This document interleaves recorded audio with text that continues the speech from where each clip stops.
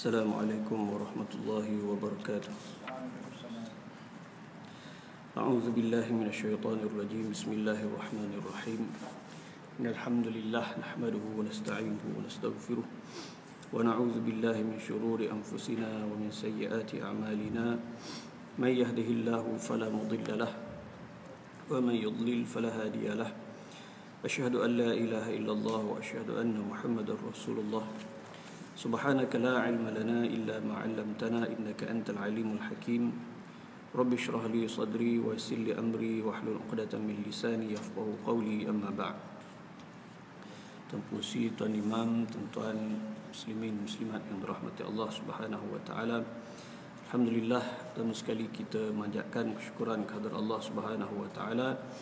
Pada malam ini kita menyambung pengajian kita membaca kitab Tuhfatur Raghibin fi bayani haqiqati imanil mu'minin wa riddati al-murtaddin, yang dikaryakan oleh almarhum Syekh Muhammad Arsyad Al-Banjari rahmatullahi alaih, yang mana kita masih lagi belum selesai fasal yang pertama.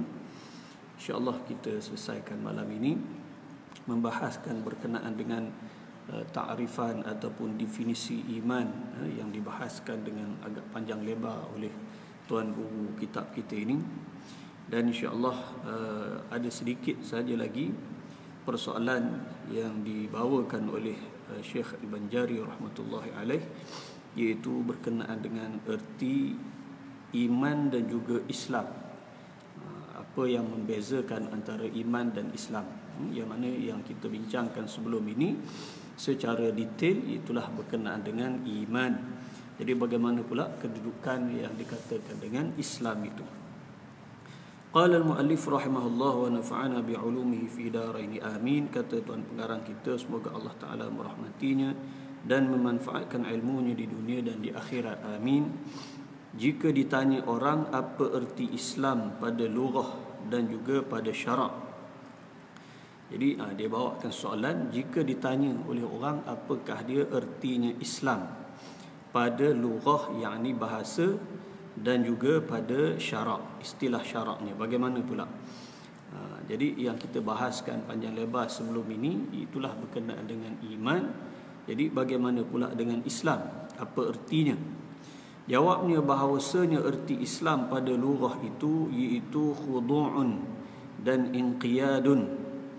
Erti Islam pada bahasa, Islam itu pada bahasa ertinya adalah khudu'un dan juga inqiyadun, iaitu merendahkan diri dan juga mengikut ataupun mematuhi, menuruti.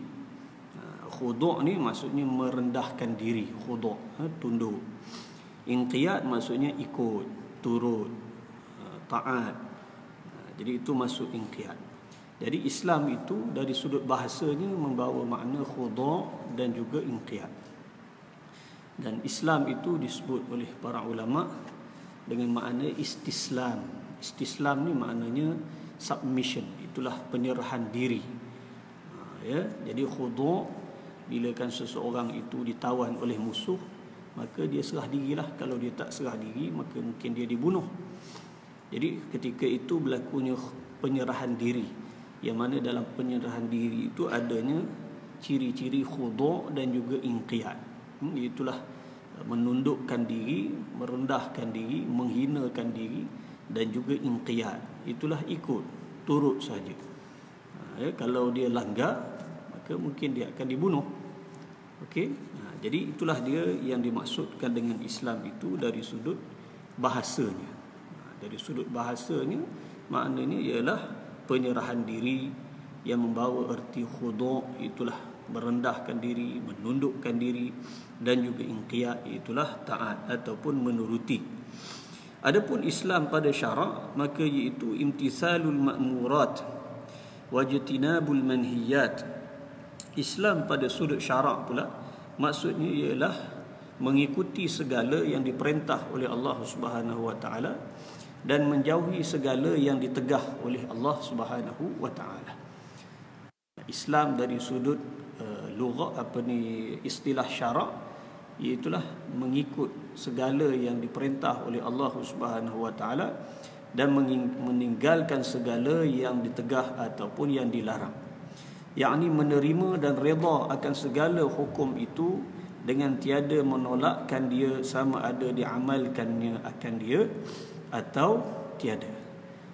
Maksudnya Islam itu ialah dia menerima semua yang Allah Subhanahu Wa Taala perintah dan dia redha, dan dia juga meninggalkan segala yang Allah Subhanahu Wa Taala larang. Sama ada dia beramal dengan perkara tersebut ataupun dia tidak beramal dengan perkara tersebut. Sebab kadang-kadang dia tak beramal pun, tapi dia akur kalau tanya kepada dia, kamu ni aku tengok tak solat, tapi kamu tahu tak bahawa solat tu merupakan sesuatu yang diwajibkan, solat fardu 5 waktu. Maka dia kata betul, memang dia diwajibkan, tapi aku ni ialah adik-beradik aku semua tak semayang. Mak ayah aku dulu pun tak pernah ajar aku solat, tak pernah ajak pun aku solat. Maka dia kata macam mana aku nak solat? Jadi dia tidak menolak bahawa di sana ada kefardu solat 5 waktu, tapi dia tak solat. Maksud dia masih terima lagi. Dia terima di sana adanya perintah, di sana adanya larangan. Dia minum arak, tanya kepada dia, arak ni bukan Allah Ta'ala dah bagi tahu hukumnya haram, tak boleh diminum? Dia kata memanglah, aku pun tahu arak ni memang tak boleh minum, tapi dah nak buat macam mana? Aku dah bekerja dalam ni. Contohlah kan, mungkin dia bekerja dekat kilang arak ke atau seumpama dengannya, maka tengok orang minum, jadi dia pun terpengaruh, ataupun dia bergaul dengan kawan-kawan lelaki arak, akhirnya dia minum walaupun dia tahu itu dosa, dia tahu itu larangan, dia tak menghalalkan, tetapi kerana lemah itu masih ada lagi, maksudnya dia punya iman itu walaupun sedikit, dan penyerahan diri itu ada, makna akur bahawa di sana adanya perintah Allah Subhanahu Wa Taala yang Allah wajibkan dia kena buat, dan di sana ada larangan daripada Allah Subhanahu Wa Taala yang sepatutnya dia tinggalkan. Yang penting dia tidak menolak. Kalau dia menolak, yang tu dia dah, kita kata terkeluarlah dia daripada Islam. Jadi sama ada dia mengamalkannya ataupun tiada mengamalkannya, itu soal yang nombor 2. Ya.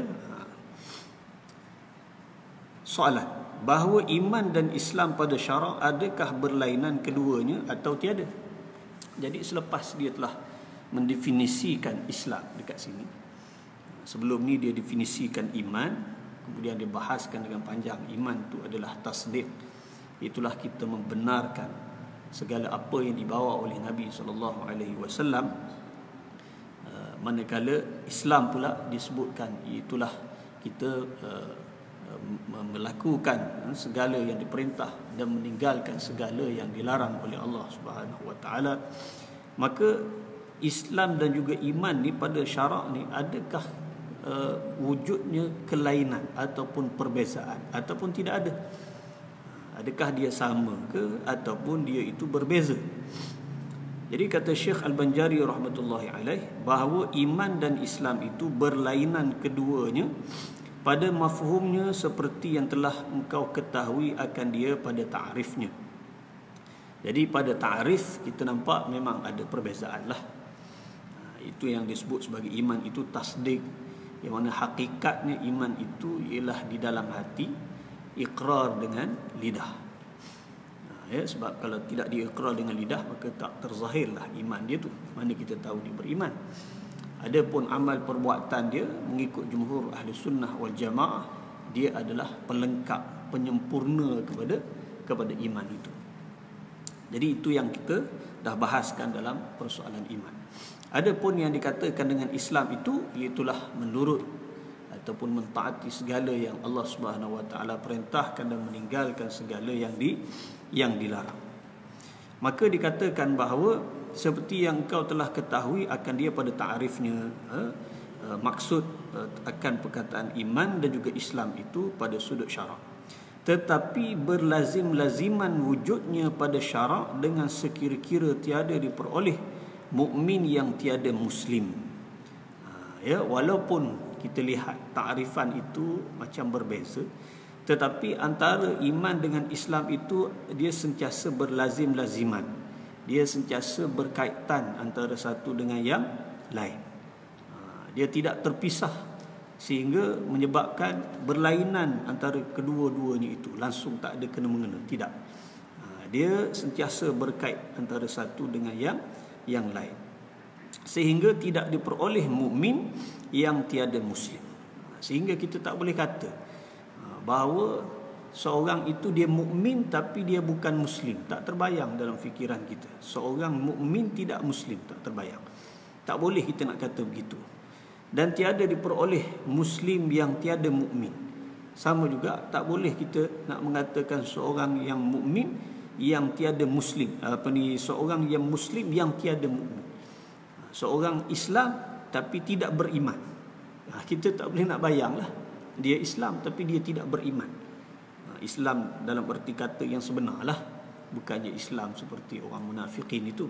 Munafik i'tiqadi, munafik yang ada di zaman Rasulullah itu memang diketahui oleh Nabi SAW. Mereka itu menyamar secara i'tiqad. Memang menyamar sungguh-sungguhlah. Mereka sebenarnya tak beriman pun dengan Nabi, kan? Tetapi mereka hanya menzahirkan keislaman mereka. Yang itu pun kita dah sebut sebelum ni. Jadi kita tak terbayang seorang yang betul-betul muslim tapi dia tidak mukmin. Maksudnya dia langsung dikatakan tak beriman, tak ada ciri keimanan dalam diri dia. Tak terbayang pada diri kita. Bagaimana dia seorang muslim? Takkan dia tak beriman dengan Allah, takkan dia tak beriman dengan Nabi, takkan dia tak beriman dengan hari akhirat, qada dan qadar. Jadi itu perkara yang tak terbayang kepada seorang muslim. Hanya barang siapa bersifat dengan iman, maka bersifatlah ia dengan Islam. Dan barang siapa bersifat dengan Islam, maka bersifatlah ia dengan iman. Tiada tinggal iman pada syarak daripada Islam, dan tiada tinggal Islam pada syarak pada iman. Maksudnya tak boleh kita nak mengatakan bahawa iman ini separate, dia langsung tak ada kena-mengena dengan Islam. Kita tak boleh nak kata bahawa Islam tidak ada kena-mengena dengan iman. Dia mesti ada perkaitan, ada kelaziman antara satu dengan yang lain. Cuma para ulama mengatakan bahawa kaedah dalam kita nak memahami iman dan Islam ini, iaitulah idza ijtama'a iftaraqa wa idza iftaraqa ijtama'a.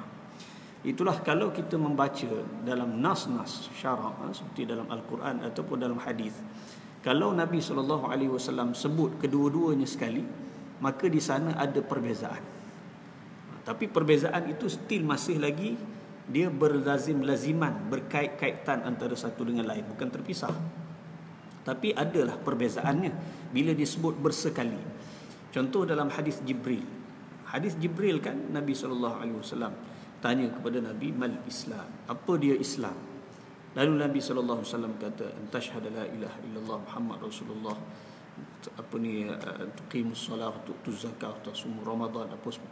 Nabi SAW jawab, Islam itu adalah mengucap 2 kalimah syahadah, mendirikan solat 5 waktu, menunaikan zakat, berpuasa bulan Ramadan, menunaikan haji. Jadi Nabi SAW sebutkan ciri-ciri al-a'mal az-zahirah. Bila ditanya tentang Islam, Nabi sebutkan ciri-ciri amalan-amalan, perbuatan-perbuatan yang zahir pada seseorang itu. Jadi Nabi SAW dia sebutkan apakah dia ciri yang menonjol pada Islam itu, iaitulah pada amal perbuatan yang zahir. Bila ditanya oleh Jibril AS kepada Nabi tentang iman, maka Nabi kata, antu'mina billah wa malaikatihi wa kutubihi wa Nabi SAW kata iman itu ialah beriman kepada Allah, kepada malaikat, kitab-kitab, para rasul, qada dan qadar, hari akhirat.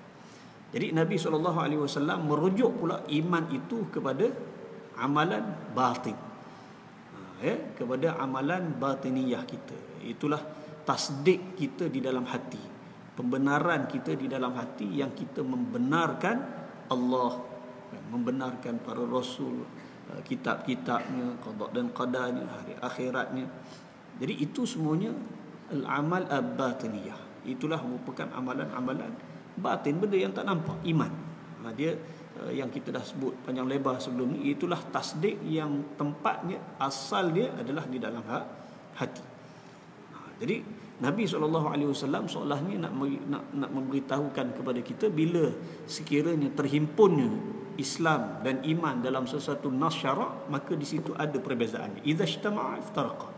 Bila dia berhimpun, maka dia ada perbezaan.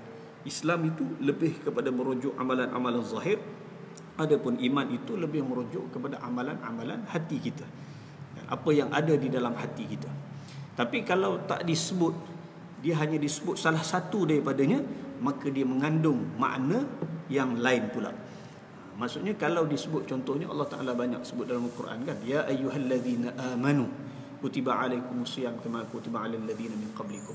Wahai orang-orang yang beriman, diwajibkan ke atas kamu puasa Ramadan sebagaimana diwajibkan kepada umat-umat yang terdahulu. Jadi ayat itu Allah Ta'ala tuju kepada orang yang beriman. Adakah bila Allah Subhanahu Wa Ta'ala sebut wahai orang-orang yang beriman, tak masuk dalam tu orang-orang yang dikatakan Islam tadi? Tak masuk sekali lah kan. Bila disebut beriman tapi dia tak sebut Islam, maka bermakna dalam itulah ada juga ciri-ciri Islam. Dah tentulah orang yang beriman itu ialah orang yang mengucap dua kalimah syahadah, yang mendirikan solat 5 waktu dan seterusnya. Jadi bila dia disebut salah satu sahaja daripadanya, maka dia mengandung makna yang satu lagi. Itu kaedah yang para ulama mengatakan idza ijtama'a iftaraqa wa idza iftaraqa ijtama'a. Kalau dia berhimpun sekali dalam satu-satu nas, maka dia mengandung makna yang berbeza. Tetapi kalau dia hanya satu sahaja dalam satu-satu nas, maka dia mengambil makna yang satu lagi. Ya, sebab dia berlazim-laziman antara satu dengan lain dan dia tidak terpisah. Tak boleh kita kata orang ni dia beriman, dia tak ada Islam, orang ni dia Islam, dia tidak ada iman. Tak boleh. Ya, tak terbayang pada pemikiran kita. Hubaya, sahabat-sahabat sekalian, hai sekalian mereka itu yang beriman, wajib atasmu memeliharakan imanmu daripada segala perkara yang membinasakan dia, dari kerana barang siapa binasa imannya, jadilah ia kafir, dan binasalah sekalian amal yang dikerjakannya, dan jadilah ia isi neraka kekal di dalamnya selama-lamanya. Na'udzubillah min zalik. Jadi ini penghujung kepada fasal yang pertama ini. Maknanya dia nak masuk kepada perkara yang membahaskan tentang soal yang boleh membatalkan iman itu. Jadi habislah maksudnya perbahasan dia tentang erti iman, dan dia kaitkan pula dengan perbahasan tentang Islam. Kemudian dia memberikan pesanan kepada kita supaya berhati-hatilah kita memelihara iman kita. Ya, berhati-hatilah kita memelihara iman kita. InsyaAllah nanti kita akan bahas dengan lebih panjang lagi, sebab kitab kita ini dia akan masuk kepada perbahasan berkenaan dengan firaq. Itulah kumpulan-kumpulan teologi yang kita kata tersesat daripada akidah yang sebenar, yang mana mereka itu membawa bid'ah. Itulah bid'ah ni maksudnya dalam ilmu akidah ni bid'ah munkarah, tuan-tuan. Bukannya benda-benda bid'ah yang kadang-kadang kita dengar orang duk berkhilaf-khilaf tu. Bukan. Tapi maksudnya ialah bid'ah dalalah, bid'ah munkarah, seperti golongan khawarijnya, murji'ah, qadariyah, jabariyah, mujassimah, musyabbihah dan seumpama dengannya. Itu nanti insya-Allah kita akan bahaslah satu persatu bila sampai kepada dia punya tajuk dia. Okey, masuk kepada al-faslu tsani, itulah fasal yang kedua, fi ma yufsidul iman. Fasal yang kedua pada menyatakan barang yang membinasakan iman. Ketahui olehmu wahai talib, wahai pelajar. Kita ni semua talib lah kan. Dia ni yang menulis kitab ni guru pada kita lah kan. Saya pun talib, tuan-tuan pun talib, samalah kita. Kita manfaat ilmu dia. Bahawasanya yang membinasakan iman itu riddah namanya, iaitulah kufur yang terlebih keji daripada segala bagai kufur. Yang merosakkan iman itu namanya adalah riddah. Riddah maksudnya murtad. Ya, itu adalah merupakan kufur yang terlebih keji daripada segala bagai kufur. Sebab perbahasan kita ni, tuan-tuan, ialah ma yufsidul iman, perkara yang membinasakan iman. Bermaksud orang itu telah pun beriman, orang itu telah pun mengucap syahadatu an la ilaha illallah Muhammad Rasulullah. Kita bukan bahas tentang orang yang kafir asli, maknanya dia lahir-lahir dia kafir dah. Ya, itu cerita lain. Yang ni kita bahas tentang orang yang memang dah mengaku Islam. Perbahasan kitab kita ni ialah tentang perbahasan kita kata ini merupakan kelompok al-ijabah. Itulah mereka yang telah pun menerima Islam. Seperti yang Nabi sebut dalam hadis iftiraqul ummah, sataftariqu ummati ala 73 firqatan kulluhum finnar illa wahidah. Qila ya Rasulullah man hum? Qal al-jamaah. Yang Nabi mengatakan umatku akan terpecah kepada 73 golongan, semuanya dalam neraka kecuali satu golongan. Siapa golongan itu? Kata Rasulullah, al-jamaah. Satu riwayat kata ma ana alaihi wa ashabi, apa yang aku dan para sahabat berada di atasnya, itulah sunnah. Itu yang jadinya sunnah sunnah dan al-jamaah. Okey. Jadi dalam hadis ini Nabi kata sataftariqu ummati, umatku akan berpecah kepada 73. Apa maknanya? Maknanya umatku tu ummatul ijabah, iaitulah umat dia yang memang dah menerima Islam, memang orang Islam dah, maknanya mengucap syahadatu an la ilaha illallah Muhammad Rasulullah. Dia sama macam dalam hadis yang diriwayatkan oleh Ibn Mas'ud dalam Sahih Muslim. Satu ketika Nabi SAW duduk dengan para sahabat, Nabi dilukis satu garis lurus. Dia buat 2 titik, kemudian disambungkan.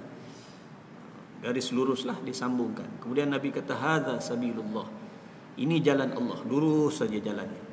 Kemudian Nabi lukis lagi lukisan-lukisan yang lain di sebelah kiri dan kanan, jalannya lurus, garis yang lurus tadi. Nabi kata hadhihi subul ala kulli sabilin syaitan yad'u ilaih. Ini jalan-jalan ini yang ada di kiri dan kanan jalan yang lurus ini, ada syaitan di atas yang menyeru kepadanya. Ya. Lalu Nabi membacakan ayat dalam suratul An'am, wa anna hadza sirati mustaqiman fattabi'uhu wa la tattabi'us subul fatafarraqa bikum an sabili dzalikum wasaqum bihi la'allakum tattaqun. Sesungguhnya adalah merupakan jalanku yang lurus, fattabi'uhu, maka hendaklah kamu mengikutinya, dan jangan kamu mengikuti jalan-jalan yang ada di kiri dan kanan jalan yang lurus tadi, maka fatafarraqa bikum an sabili, kamu akan berpecah keluar daripada jalan yang lurus tadi. Mana kamu akan tersasar, kamu akan tersesat.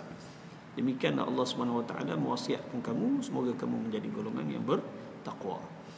Jadi kata Ibn Katsir radhiyallahu anhu, dia mengatakan bahawa ayat ini merujuk kepada ummatul ijabah. Iaitulah Nabi nak pesan kepada para sahabat radhiyallahu anhum, ataupun dengan kata lain kepada kita orang Islam ni. Aku dah tunjukkan kamu ni jalan yang lurus. Ni jalan aku ni lurus. Jadi kamu dah mengucap elok-elok dah, kamu dah dengar dah wahyu yang Allah Subhanahu Wa Taala turun, Al-Qurannya, As-Sunnahnya, ikutlah. Tapi kalau kamu tersasar, maka kamu akan sesat, terkeluar daripada jalan yang lurus. Jadi bermakna tuan-tuan, ada perkara-perkara yang boleh merosakkan iman kita, yang boleh menjejaskan iman kita, yang boleh mencabut keimanan kita. Ada perkara-perkara yang boleh mencabut. Berbeza dengan fahaman yang sesat.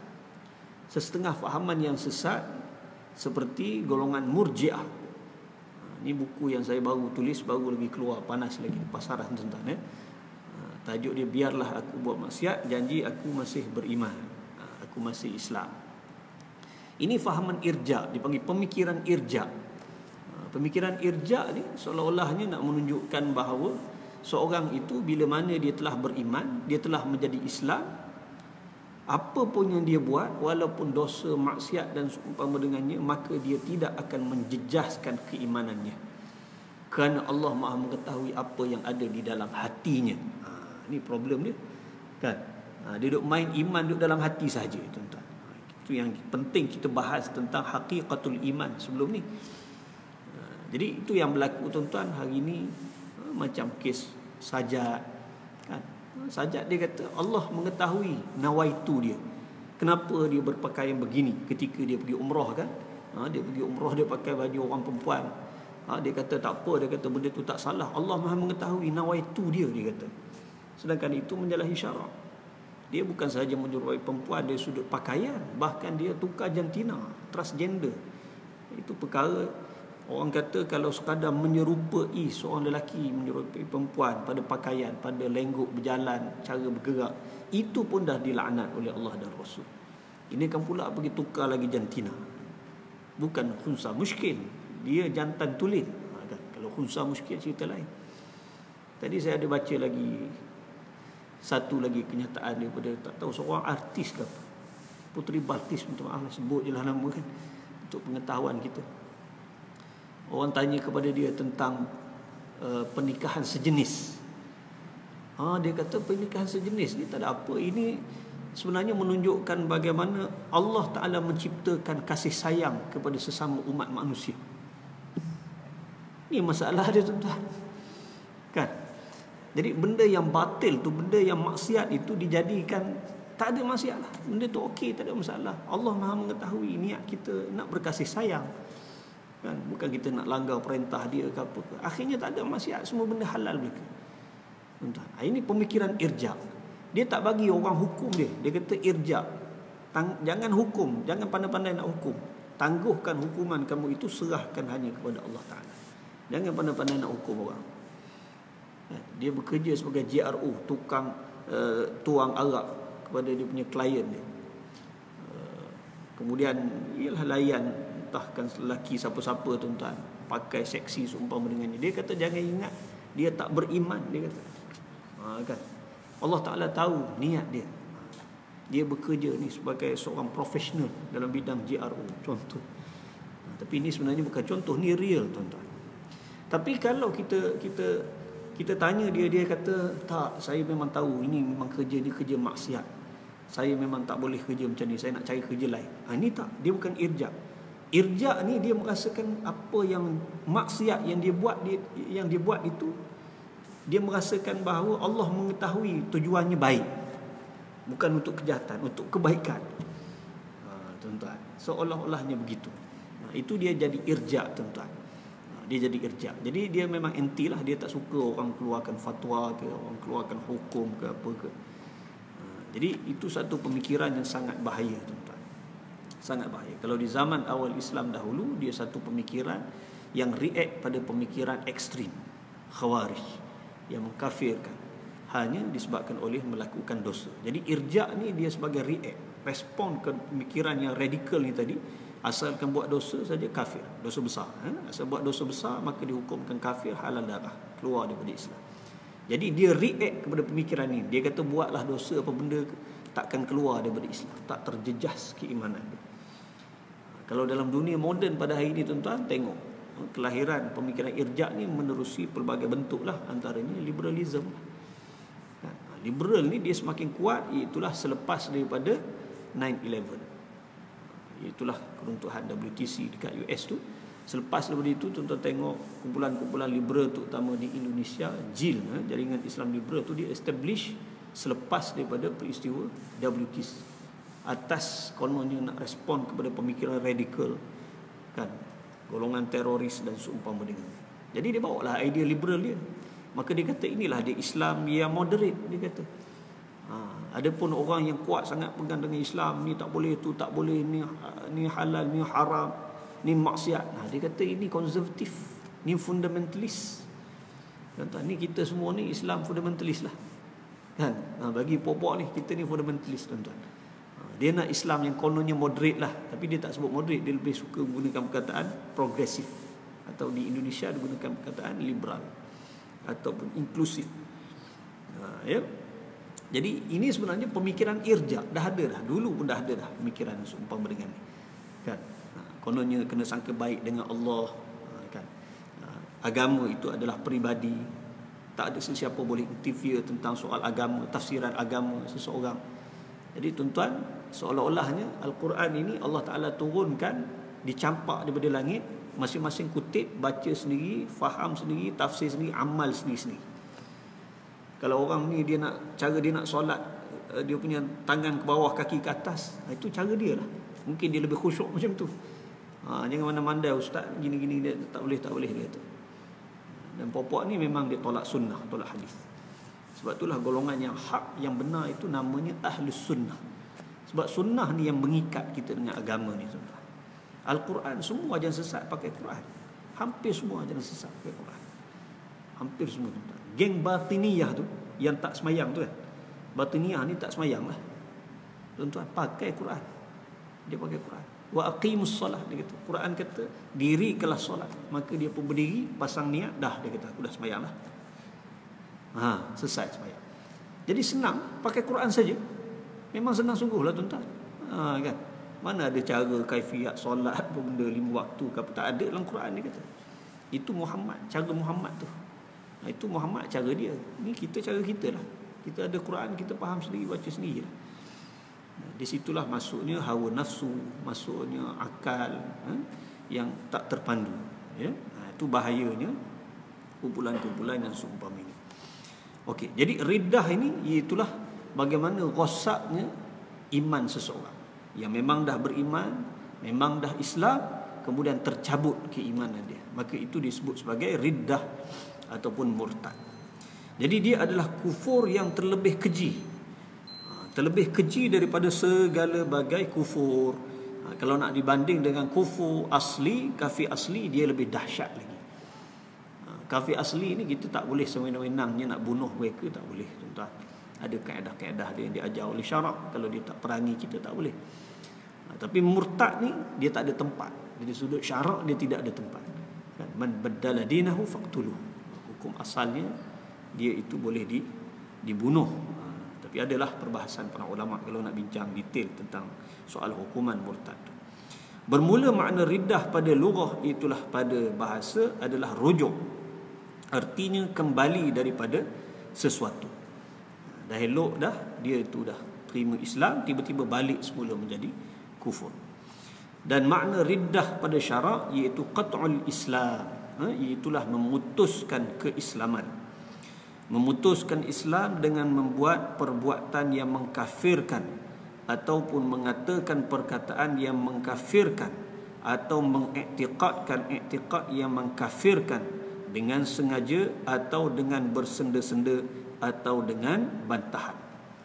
Ya, dia terbahagi kepada 3. Dia memutuskan Islam dengan melakukan. Ini bentuk perbuatan. Nanti dia akan detailkan. Bentuk perbuatan yang mengkafirkan.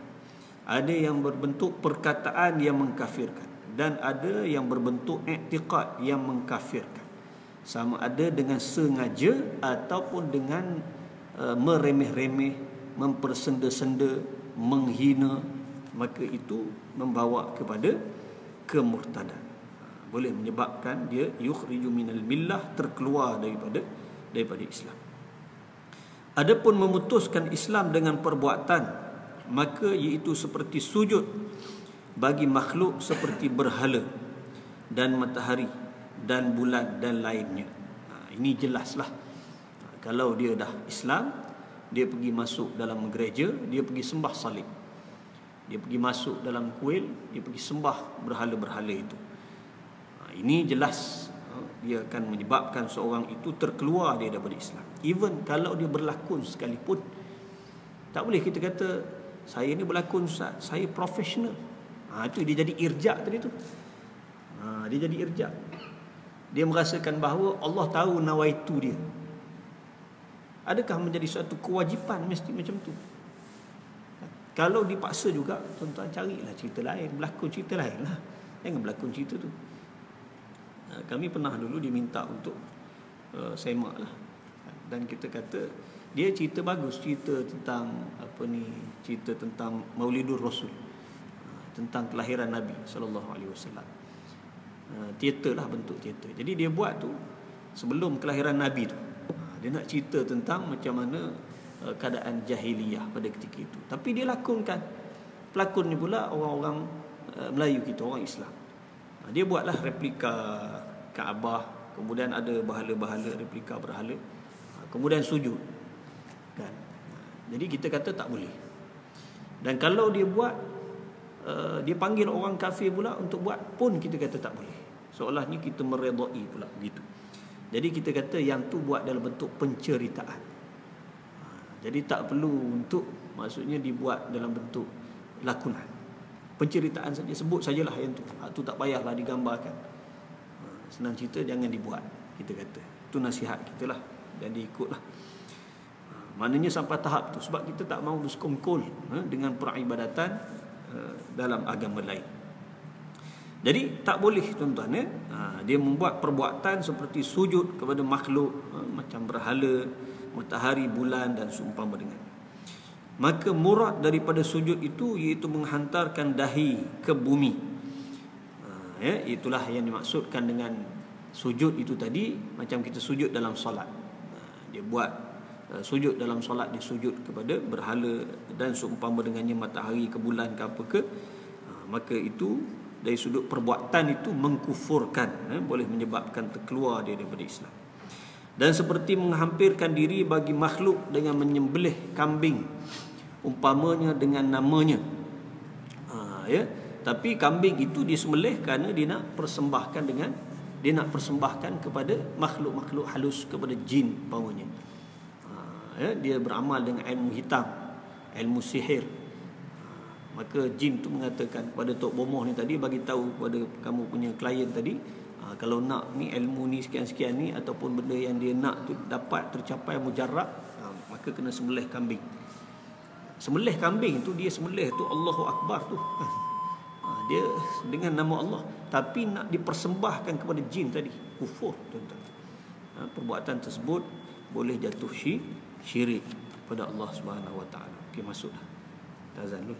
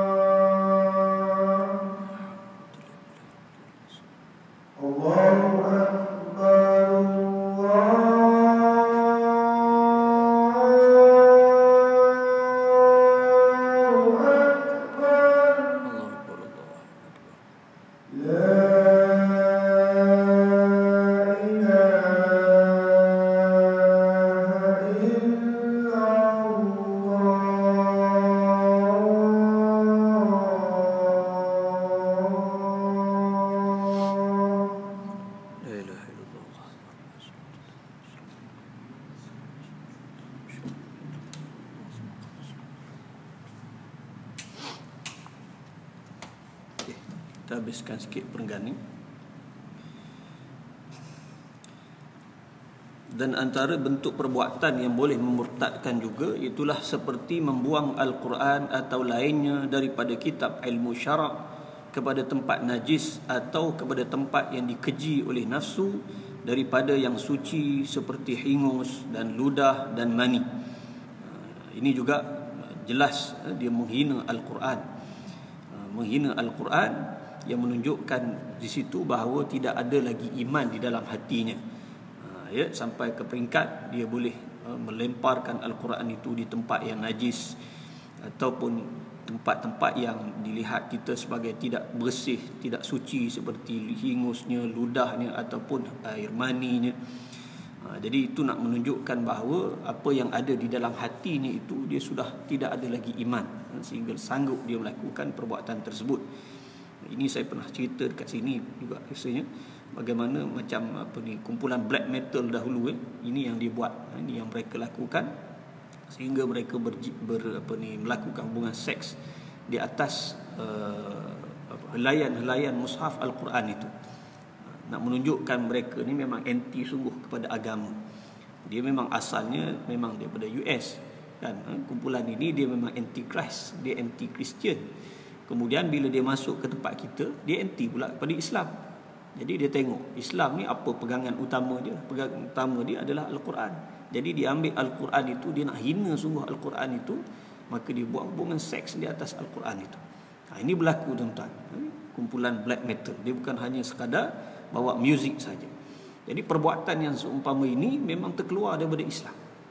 Terkeluar dia daripada Islam, menunjukkan bahawa imannya sudah tercabut, kerana dia menghina Al-Quran sehingga ke tahap yang tak boleh diterima oleh akal.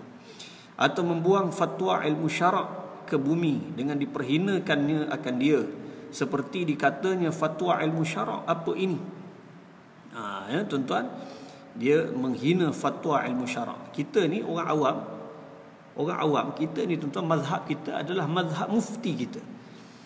Kita mengikut kepada alim ulama kita.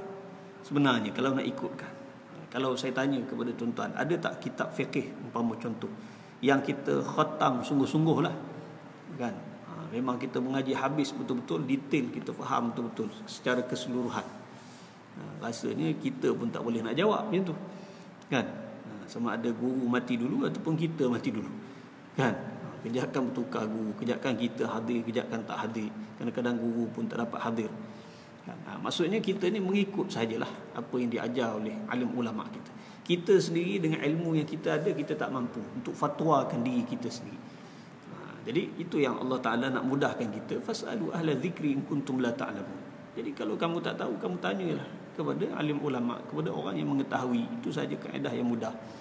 Jadi kita dibimbing oleh alim ulama kita dalam kita nak melakukan sesuatu ibadah. Jadi kita yang tak mampu ni, tiba-tiba kita petikaikan pula fatwa-fatwa yang dikeluarkan. Lebih-lebih lagi kalau fatwa yang telah dikeluarkan oleh pihak kerajaan, oleh pihak pemerintah, yang sudah tentulah fatwa itu merupakan satu ijtihad yang berbentuk jama'i, yang susah untuk kita nak katakan ia mungkin tersilap ataupun tersalah. Kalau fatwa seorang ulama peribadi, mungkin dia tersilap, tapi kalau fatwa itu berbentuk jama'i, jamaah para ulama yang berkumpul, kemudian kalau fatwa itu berkaitan dengan sesuatu yang bukan dalam bidang syarak, maka dipanggil pula pakar-pakar untuk memberikan pandangan, memberikan nasihat. Jadi mereka berijtihad dan mereka memberikan pandangan itu, disampaikan kepada pihak pemerintah untuk dijadikan polisi ataupun dasar. Kalaulah andai kata fatwa itu ataupun ijtihad itu ijtihad yang tak tepat, adakah para ulama itu berdosa? Tidak, jawapan dia tidak berdosa. Tetapi mereka dikira mendapat satu pahala. Kalau mereka berijtihad dan ijtihad itu tidak tepat, dapat satu pahala. Tapi kalau ijtihad itu tepat, maka dia dapat dua pahala. Jadi tak timbul isu ni dosa ni, ini dajjal ni, ni ikut WHO ni. Tuan-tuan, tak timbul isu. Jadi kita sebagai orang awam, kita ikut sajalah. Jadi kalau sekiranya kita nak pakai pandangan kita masing-masing, peribadi masing-masing, akhirnya akan jadi fauda. Agama ni dia akan jadi fauda, jadi huru-hara tuan-tuan. Lagi teruk sebenarnya. Jadi huru-hara, lagi teruk, lagi tak terpandu. Akhirnya semua orang akan jadi liberal lah.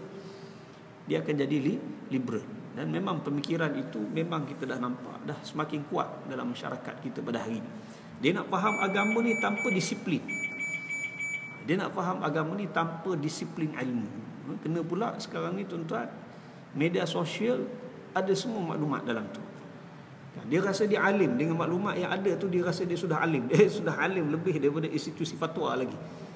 Dia boleh baca semua maklumat dia nak tu, dia tulis sahaja dalam Google itu, apa benda yang dia nak semua dia dapat. Sebenarnya itu bukan ilmu tuan-tuan. Itu info, itu informasi nama dia. Itu maklumat. Maklumat tuan-tuan. Dia beza dengan ilmu. Ilmu ni tuan-tuan, dia mesti difaham, dianalisis oleh orang yang ada disiplin. Barulah tuan-tuan itu boleh dianggap sebagai satu ilmu yang boleh diguna pakai, yang muktabar. Kalau tidak, dia hanya sebagai informasi saja, sekadar info saja tuan-tuan. Sebab itulah, kalaulah dikatakan orang yang banyak informasi itu dia adalah orang yang alim, maka Google lah yang paling alim sekali.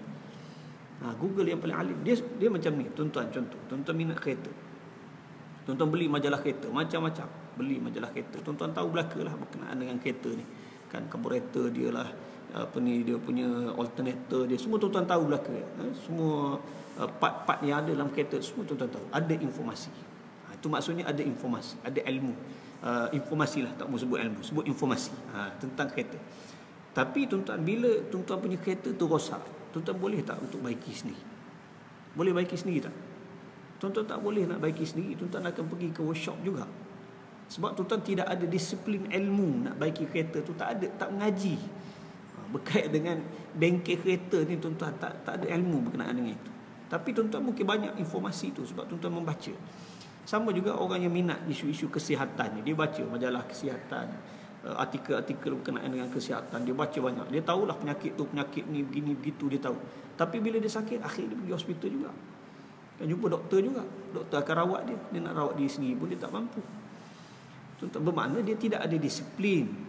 Maka dia tak boleh nak analisis, dia tak boleh nak faham sesuatu isu itu. Sebab tu tuan-tuan kena balik kepada yang ahli. Kena balik kepada yang ahli. Yang ahli ni bila dia tengok satu informasi tu, dia tahu, dia boleh analisis, dia boleh tapis, dia ada filter, dia boleh faham tuan-tuan. Itu yang kita nak kena betulkan. Kesilapan dalam masyarakat kita, bila banyak sangat kan informasi yang kita dapat, kita terima tu, kita rasa apa yang kita dapat tu terus kita nak pakai. Itu satu kesilapan tuan-tuan. Akhirnya dia akan jadi fauda. Kalau kait dengan agama lagi beratlah, akan jadi fauda, akan jadi huru-hara dalam kita nak memahami, dalam kita nak beragama. Sangat-sangat bahaya tuan-tuan. Itu yang akhirnya orang jadi liberal lah. Dia faham agama tu ikut diri dia sendiri tanpa disiplin. Tanpa disiplin. Saya duk risau ni sebab saya tengok mutakhir ni makin berat. Dan saya duk masuklah dalam kumpulan-kumpulan anti vaksin ni kan. Kumpulan anti vaksin ni memang dahsyat lah. Dia orang ni banyak membaca, bagus, tapi tak ada disiplin ilmu.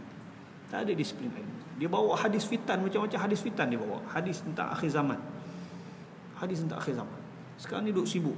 Baru-baru ni saya pergi ke Perlis kerana nak buat dialog dengan puak-puak PMYT tuan-tuan. Tapi mereka tak mengakulah PMYT, tapi mereka berfahaman itulah. Semua siap-siap sedia nak masuk dalam hutan mereka tuan-tuan. Tapi tak mengaku PMYT. Kan? Siap siaga nak masuk dalam hutan sebab apa? Sebab tak lama akan berlaku malhamah kubra. Akan berlaku perang besar, habis hancur semua sekali. Kemudian mereka nak pergi berhijrah ke Thailand dan terus pergi ke Mekah nak mencari Imam Al-Mahdi. Ya. Tapi bila kita tanya, kita asak-asak, dia tak mau mengaku. Tak mau mengaku dia tu pengikut PMYT. Tapi pemikiran itu ada pada diri mereka. Sedangkan tak ada pun perintah daripada Nabi SAW suruh kita cari Imam Mahdi. Tidak ada perintah pun tuan-tuan suruh kita cari. Nabi kata fa idza ra'aitumuhu fabay'uhu walau habwan 'ala al-thalj. Kalau kamu telah melihatnya, dengan maksud idrak, iaitulah tiba masanya bila Allah Taala izin keluarlah Al-Mahdi itu. Bukannya kamu pergi cari, dia akan keluar sendiri.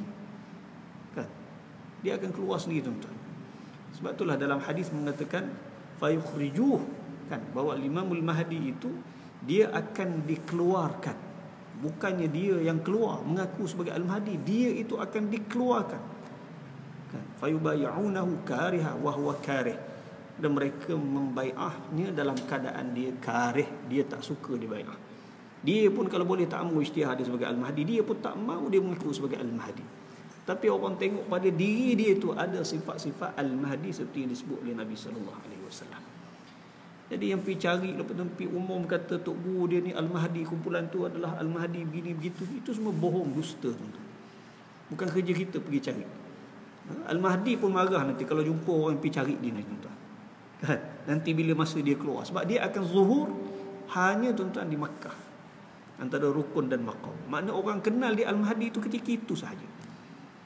Bukan apa-apa lagi dah. Oh ni kumpulan Arqam ni adalah kumpulan yang apa ni mendukung Al-Mahdi. Siapa? Syekh Muhammad As-Suhaimi meninggal dekat Kelang. Siap dah tahu dah meninggal dekat mana. Tapi dia kata tak meninggal lah, gaib saja. Dah tahu tempat, dah tahu. Itu semuanya bohong tuan-tuan. Itu semua menyalahi nas syarak. Nas syarak suruh kita berusaha, teruskan berusaha. Walaupun esok kiamat pun, kalau boleh tanam benih, tanamlah benih pokok pun tuan-tuan. Teruskan berusaha tuan-tuan untuk buat amal atas dunia ni demi untuk di akhirat nanti. Ini tuan-tuan, dia ada yang bercerai-berai, tinggalkan pendidikan anak-anak, bawa anak-anak sekeliling masuk dalam hutan. Tuan-tuan, atas dasar konon nak pergi cari Imam Mahdi. Imam Mahdi bila keluar, wallahu ta'ala alam, dia pun tak boleh nak jawab. Jadi tuan-tuan, ini masalah tentang ilmu. Saya kalau sebut ni memang sensitif sikit. Sebab masalah orang kita ni, mutaakhir ni dia suka, dia mandai sendiri tuan-tuan. Dia cuba faham sendiri nas-nas agama ni. Ini boleh merosakkan. Merosakkan hidup dia tu sendiri pun boleh rosak kalau dia menjadi ekstrim dengan pegangannya. Maka barang siapa memperbuat satu perbuatan daripada segala perbuatan ini yang kita dah sebutkan tadi itu, maka jadilah ia kafir. Dan barang siapa rukuk bagi makhluk, maka tiada jadi kafir melainkan jika diqasadnya membesarkan dia seperti membesarkan oleh Allah Subhanahu wa taala. Kalau rukuk ni tahan lagi, dia tak pergi sampai ke sujud. Kalau sujud itu memang dah tak boleh dah. Kita tak boleh sujud hanya kepada Allah taala sahaja. Kalau sujud kita buat perbuatan letakkan dahi atas lantai ni kepada yang lain daripada Allah, maka kafir. Maka dia kena taubah, kena mengucap syahadah balik. Tapi kalau rukuk itu boleh lagi dia ambil kira. Kadang-kadang tu dia bukan rukuk tapi dia bersalam. Kan kita biasa adat kita ni, kita bersalam dengan tutup guru kan. Cium tangan dia. Kalau orang Arab ni dia tak semua macam tu. Tutup guru dia kadang-kadang tak suka. Masyayikh saya kadang-kadang dia tak suka salam tangan ni. Tunduk semua ni. Dia salam kat dahi. Rambut salam kat dahi. Cium kat dahi dia. Kan itu kaedah setengah para masyayikh lah. Dia tak bagi cium tangan. Kita nak cium, dia tarik tangan kita. Tangan dia, ya. Jadi kalau dia qasad, kalau dia tundukkan badan itu macam rokok tu dengan qasad nak membesarkan orang tadi seperti dia membesarkan Allah, barulah dia jatuh kufur. Ya. Jadi insya-Allah nanti kita akan sambung lagi dalam kuliah kita yang akan datang. Kita berhenti sekadar ni. Ada soalan ke sebelum saya tutup? Ada soalan? Tak ada soalan.